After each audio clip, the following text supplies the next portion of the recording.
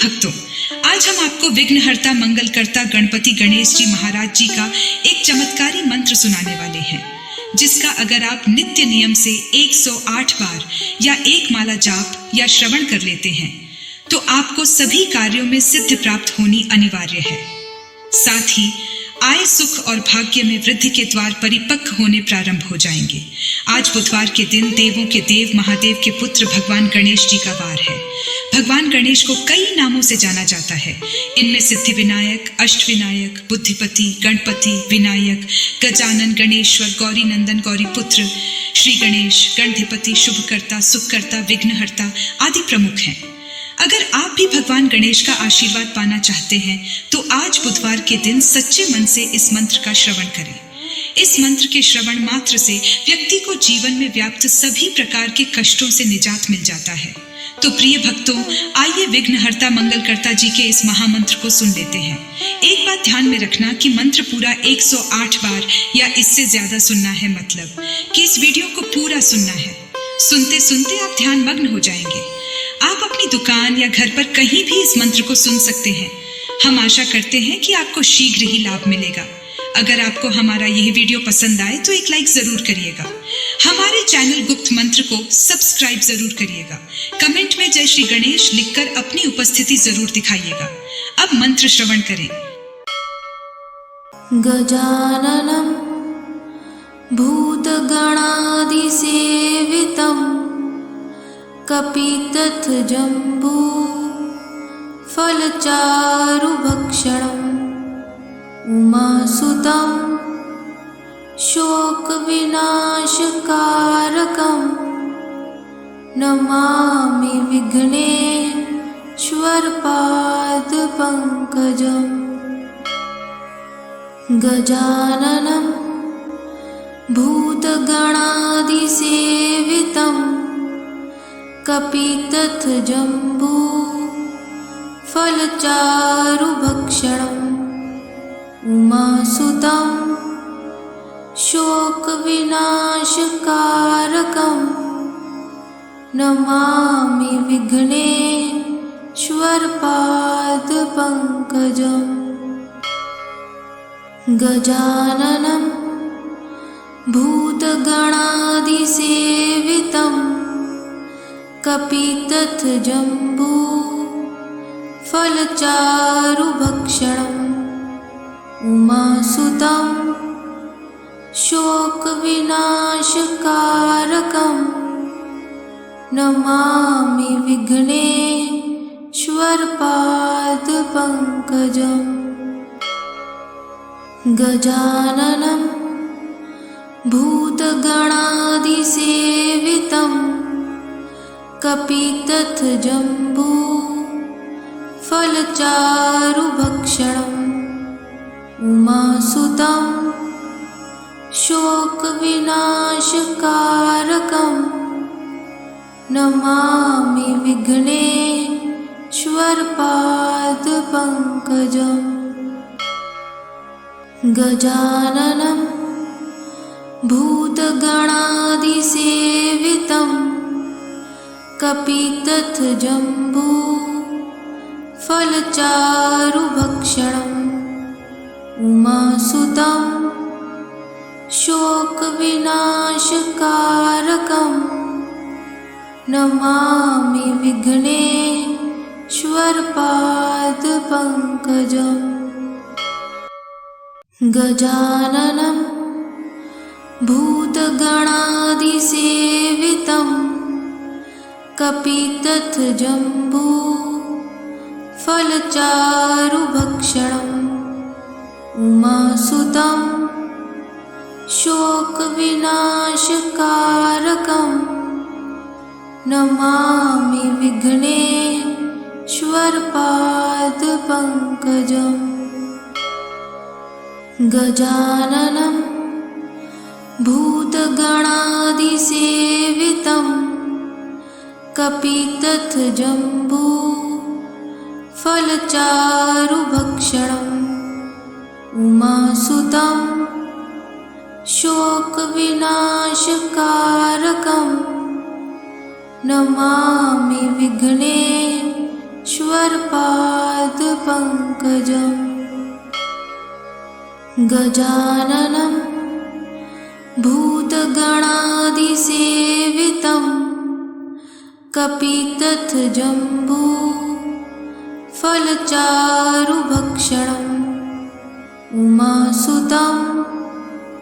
शोकविनाशकारकं Namami विघ्नेश्वरपादपङ्कजम् गजाननं भूतगणादिसेवितं कपितथजम्बू फलचारुभक्षणम् उमासुतं शोकविनाशकारकं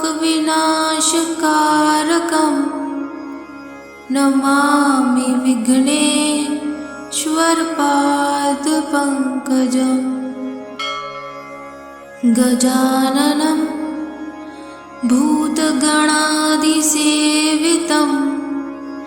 कपितथजम्बू फलचारुभक्षणम्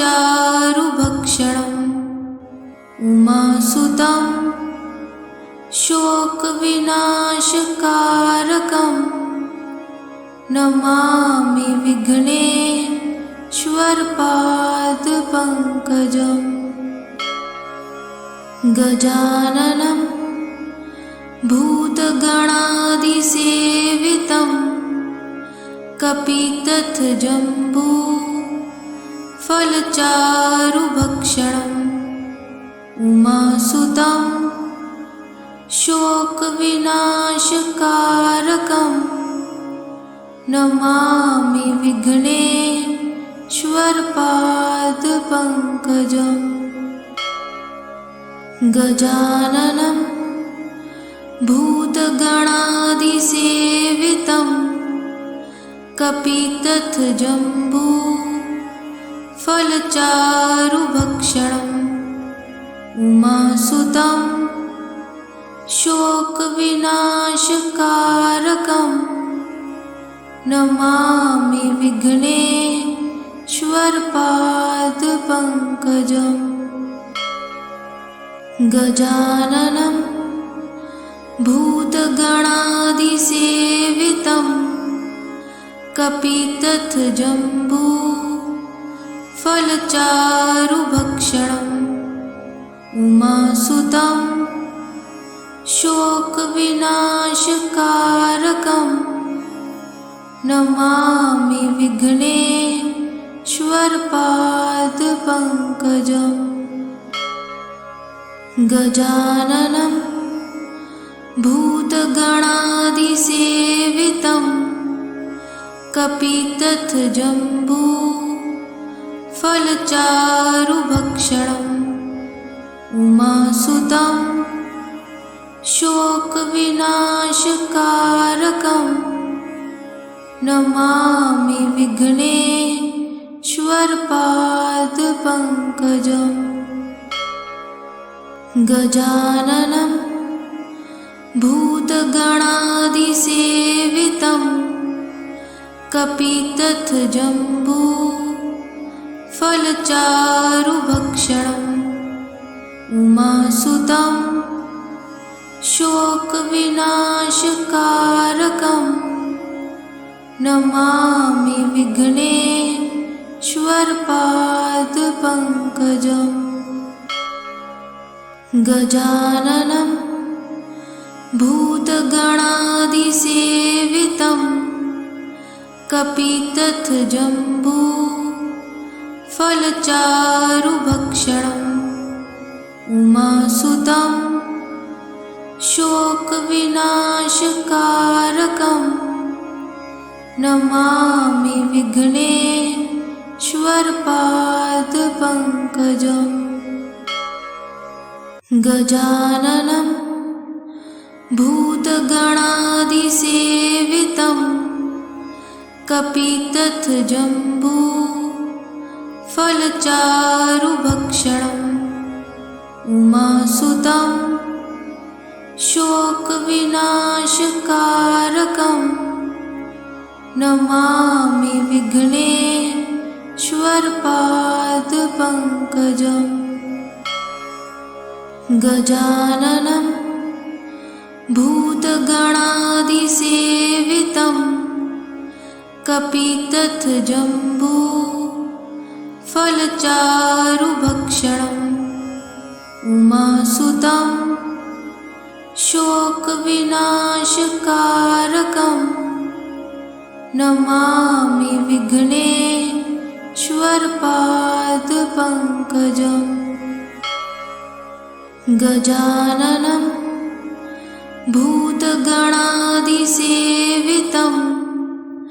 कपितथजम्बो फलचारुभक्षणम् उमासुतं शोकविनाशकारकं Namami विघ्नेश्वरपादपङ्कजम् गजाननं भूतगणादिसेवितं कपितथजम्बो फलचारुभक्षणम् उमासुतं शोकविनाशकारकं Namami विघ्नेश्वरपादपङ्कजम् गजाननं भूतगणादिसेवितं कपितथजम्बो फलचारुभक्षणम् उमासुतं शोकविनाशकारकं Namami विघ्नेश्वरपादपङ्कजम् गजाननं भूतगणादिसेवितं कपितथजम्बो फलचारुभक्षणम् उमासुतं शोकविनाशकारकं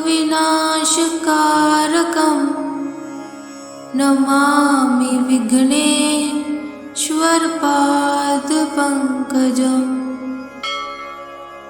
गजाननं भूतगणादिसेवितं कपितथजम्बो फलचारुभक्षणम् उमासुतं शोकविनाशकारकं Namami विघ्नेश्वरपादपङ्कजम् गजाननं भूतगणादिसेवितं कपितथजम्बो फलचारुभक्षणम् उमासुतं शोकविनाशकारकं Namami विघ्नेश्वरपादपङ्कजम् गजाननं भूतगणादिसेवितं कपितथजम्बो फलचारुभक्षणम् उमासुतं शोकविनाशकारकं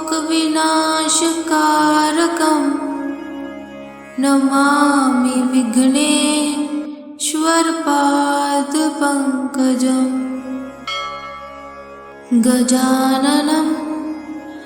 भूतगणादिसेवितं कपितथजम्बो फलचारुभक्षणम् उमासुतं शोकविनाशकारकं Namami विघ्नेश्वरपादपङ्कजम् गजाननं भूतगणादिसेवितं कपितथजम्बो फलचारुभक्षणम् उमासुतं शोकविनाशकारकं Namami विघ्नेश्वरपादपङ्कजम् विघ्नेश्वरपादपङ्कजम् गजाननं भूतगणादिसेवितं कपितथजम्बू फलचारुभक्षणम् उमासुतं शोकविनाशकारकं Namami विघ्नेश्वरपादपङ्कजम् गजाननं भूतगणादिसेवितं कपितथजम्बू फलचारुभक्षणम् उमासुतं शोकविनाशकारकं Namami विघ्नेश्वरपादपङ्कजम्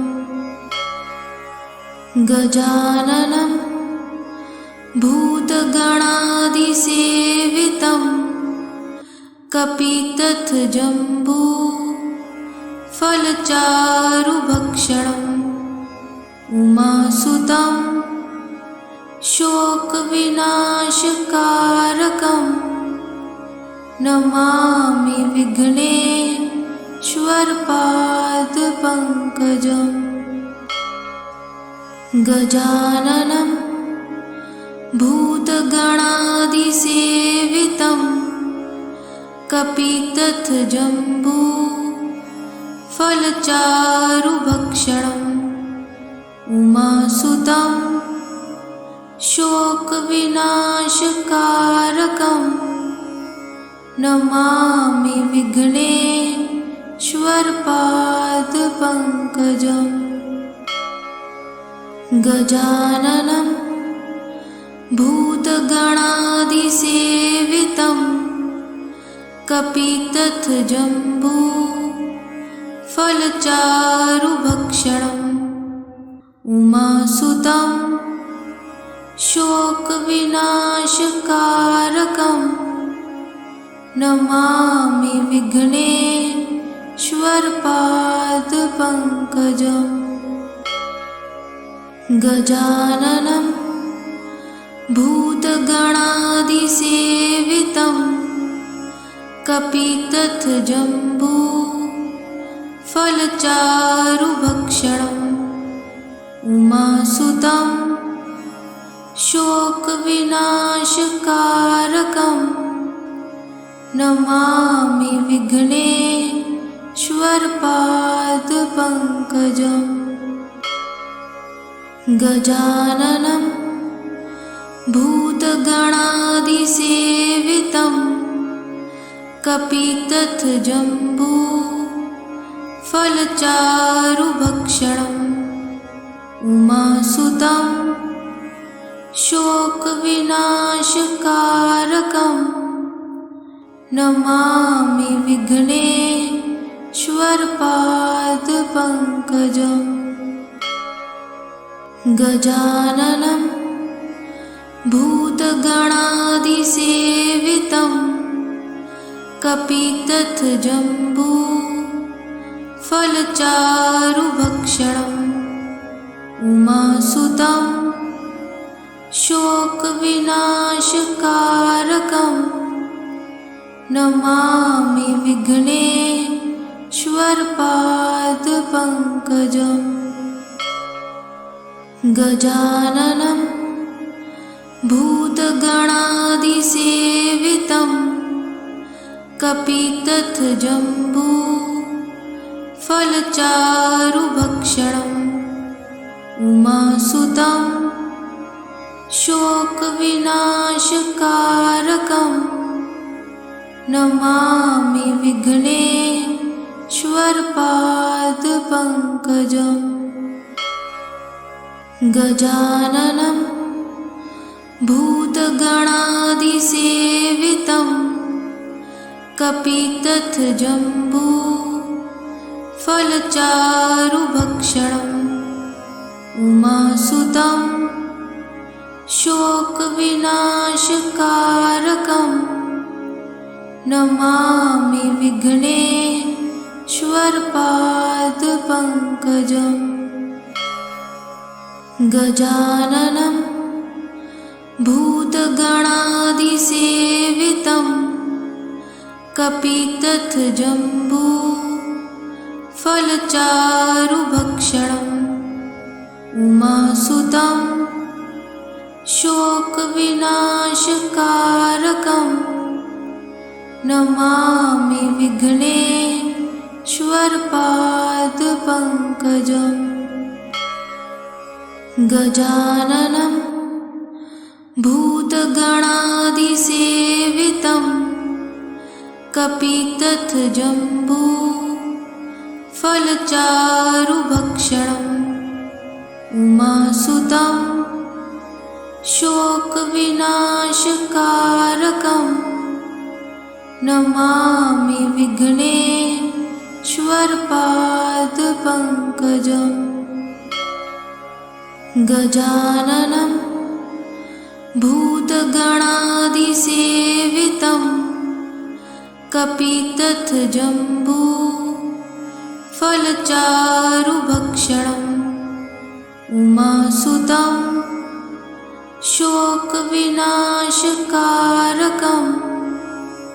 Namami विघ्नेश्वरपादपङ्कजम्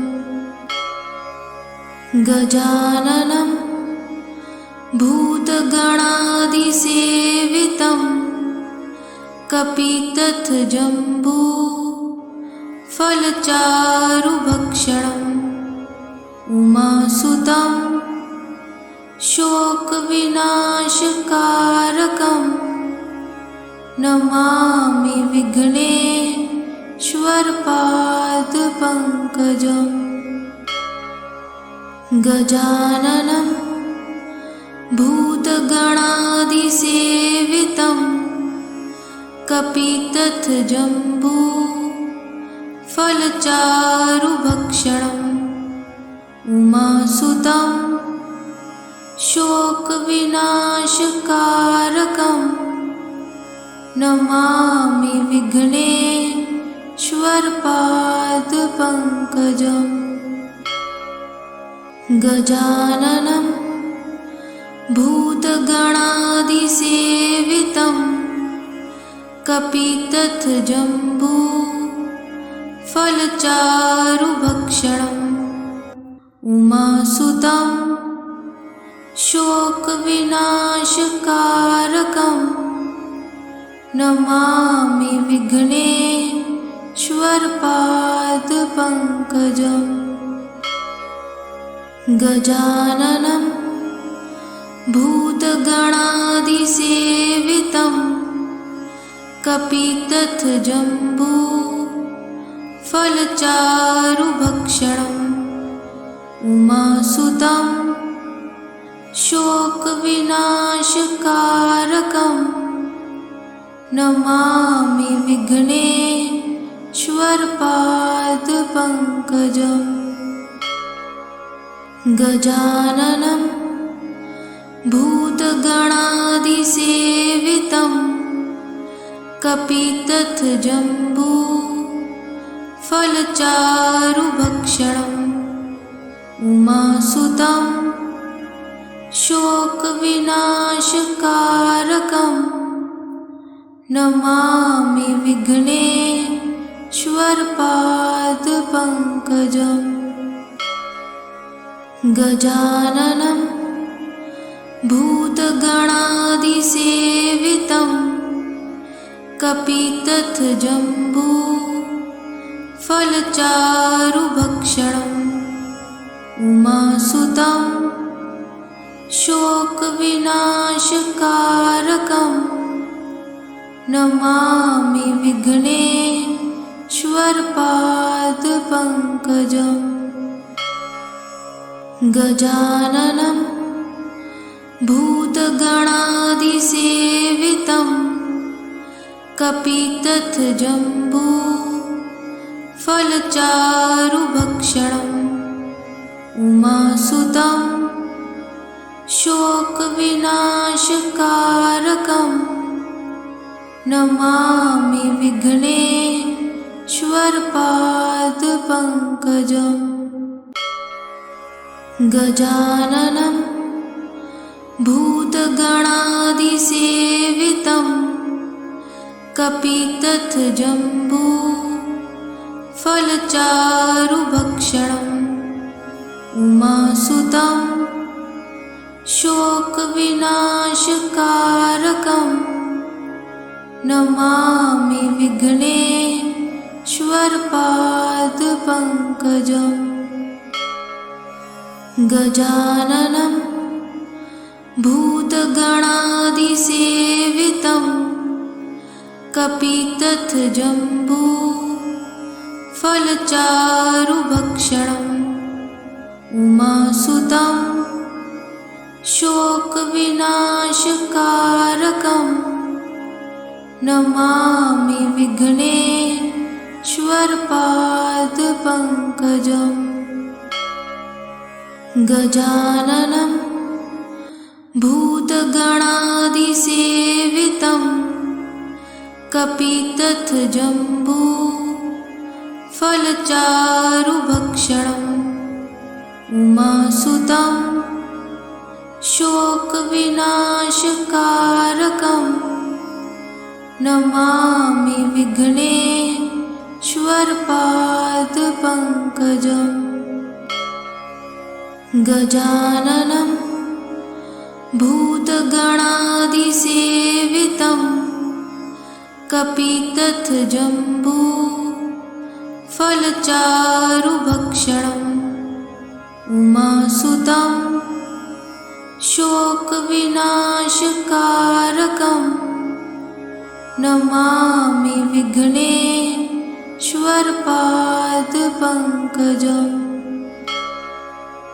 गजाननं भूतगणादिसेवितं कपितथजम्बू फलचारुभक्षणम् उमासुतं शोकविनाशकारकं Namami विघ्नेश्वरपादपङ्कजम् गजाननं भूतगणादिसेवितं कपितथजम्बू फलचारुभक्षणम् उमासुतं शोकविनाशकारकं Namami विघ्नेश्वरपादपङ्कजम् गजाननं भूतगणादिसेवितं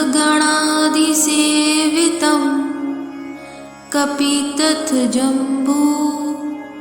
फलचारुभक्षणम् उमासुतं शोकविनाशकारकं Namami विघ्नेश्वरपादपङ्कजम् गजाननं भूतगणादिसेवितं कपितथजम्बू फलचारुभक्षणम् उमासुतं शोकविनाशकारकं Namami विघ्नेश्वरपादपङ्कजम् गजाननं भूतगणादिसेवितं कपितथजम्बू फलचारुभक्षणम् उमासुतं शोकविनाशकारकं Namami विघ्नेश्वरपादपङ्कजम् गजाननं भूतगणादिसेवितं कपितथजम्बू फलचारुभक्षणम् उमासुतं शोकविनाशकारकं Namami विघ्नेश्वरपादपङ्कजम् गजाननं भूतगणादिसेवितं कपितथजम्बू फलचारुभक्षणम् उमासुतं शोकविनाशकारकं Namami विघ्नेश्वरपादपङ्कजम् गजाननं भूतगणादिसेवितं कपितथजम्बू फलचारुभक्षणम् उमासुतं शोकविनाशकारकं Namami विघ्नेश्वरपादपङ्कजम् श्वर्पादपङ्कजम् गजाननं भूतगणादिसेवितं कपितथजम्बू फलचारुभक्षणम् उमासुतं शोकविनाशकारकं Namami विघ्नेश्वरपादपङ्कजम् गजाननं भूतगणादिसेवितं कपितथजम्बू फलचारुभक्षणम् उमासुतं शोकविनाशकारकं Namami विघ्नेश्वरपादपङ्कजम् गजाननं भूतगणादिसेवितं कपितथजम्बू फलचारुभक्षणम् उमासुतं शोकविनाशकारकं Namami विघ्नेश्वरपादपङ्कजम् गजाननं भूतगणादिसेवितं कपितथजम्बू फलचारुभक्षणम् उमासुतं शोकविनाशकारकं Namami विघ्नेश्वरपादपङ्कजम् गजाननं भूतगणादिसेवितं कपितथजम्बू फलचारुभक्षणम् उमासुतं शोकविनाशकारकं Namami विघ्नेश्वरपादपङ्कजम् गजाननं भूतगणादिसेवितं कपितथजम्बू फलचारुभक्षणम् उमासुतं शोकविनाशकारकं Namami विघ्नेश्वरपादपङ्कजम् गजाननं भूतगणादिसेवितं कपितथजम्बू फलचारुभक्षणम् उमासुतं शोकविनाशकारकं Namami विघ्नेश्वरपादपङ्कजम् गजाननं भूतगणादिसेवितं कपितथजम्बू फलचारुभक्षणम् उमासुतं शोकविनाशकारकं Namami विघ्नेश्वरपादपङ्कजम्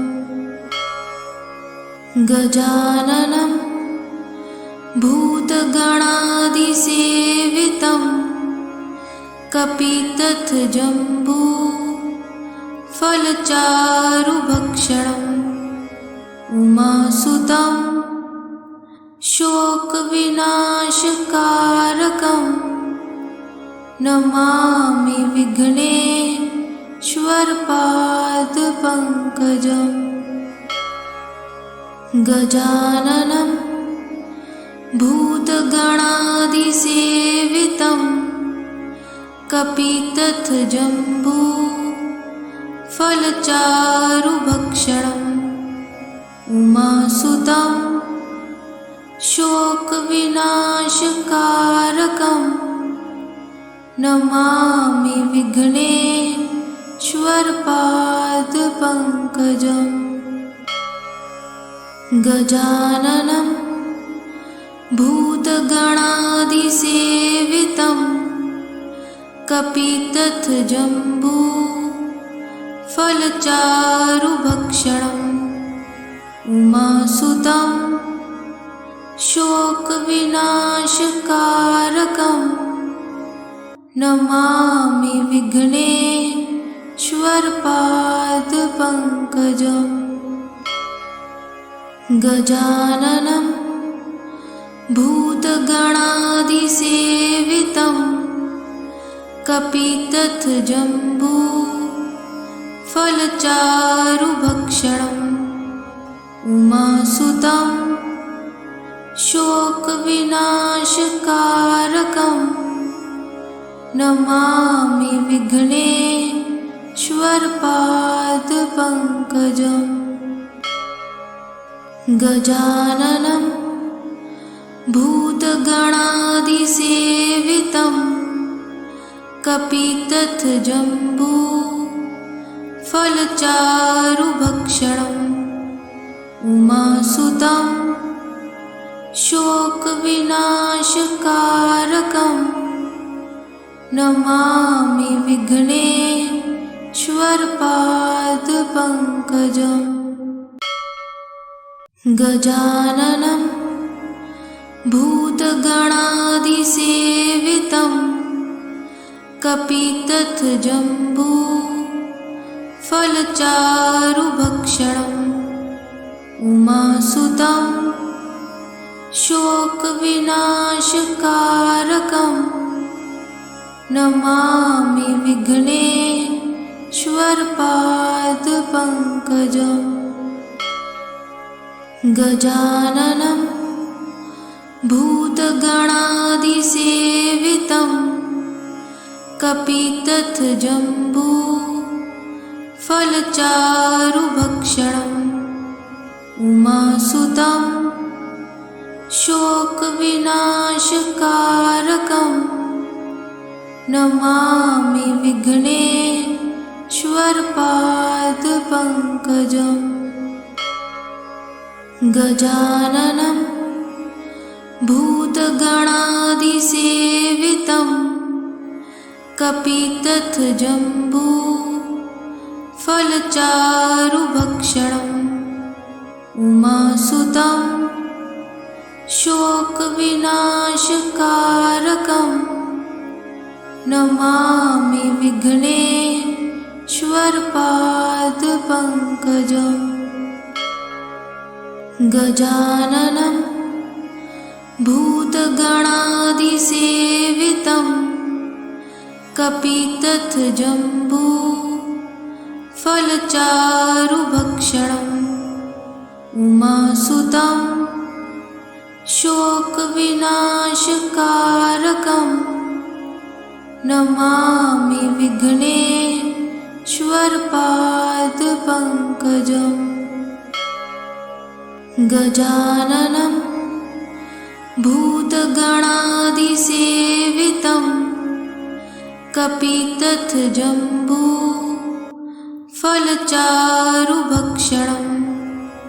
उमासुतं शोकविनाशकारकं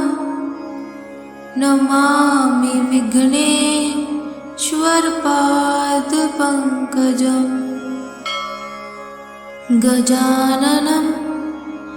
भूतगणादिसेवितं कपितथजम्बू फलचारुभक्षणम् उमासुतं शोकविनाशकारकं Namami विघ्नेश्वरपादपङ्कजम्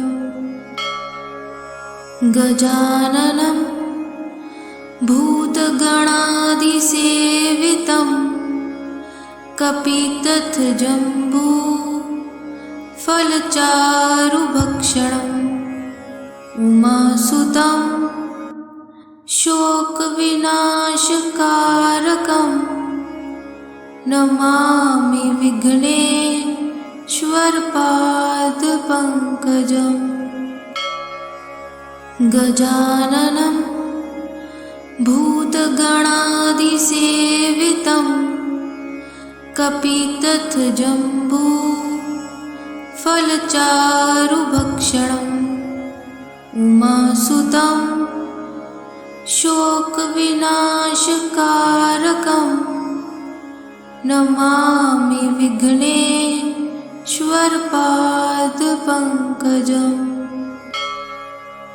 गजाननं भूतगणादिसेवितं कपितथजम्बू फलचारुभक्षणम् उमासुतं शोकविनाशकारकं Namami विघ्नेश्वरपादपङ्कजम् गजाननं भूतगणादिसेवितं कपितथजम्बू फलचारुभक्षणम् उमासुतं शोकविनाशकारकं Namami विघ्नेश्वरपादपङ्कजम् गजाननं भूतगणादिसेवितं कपितथजम्बू फलचारुभक्षणम् उमासुतं शोकविनाशकारकं Namami विघ्नेश्वरपादपङ्कजम्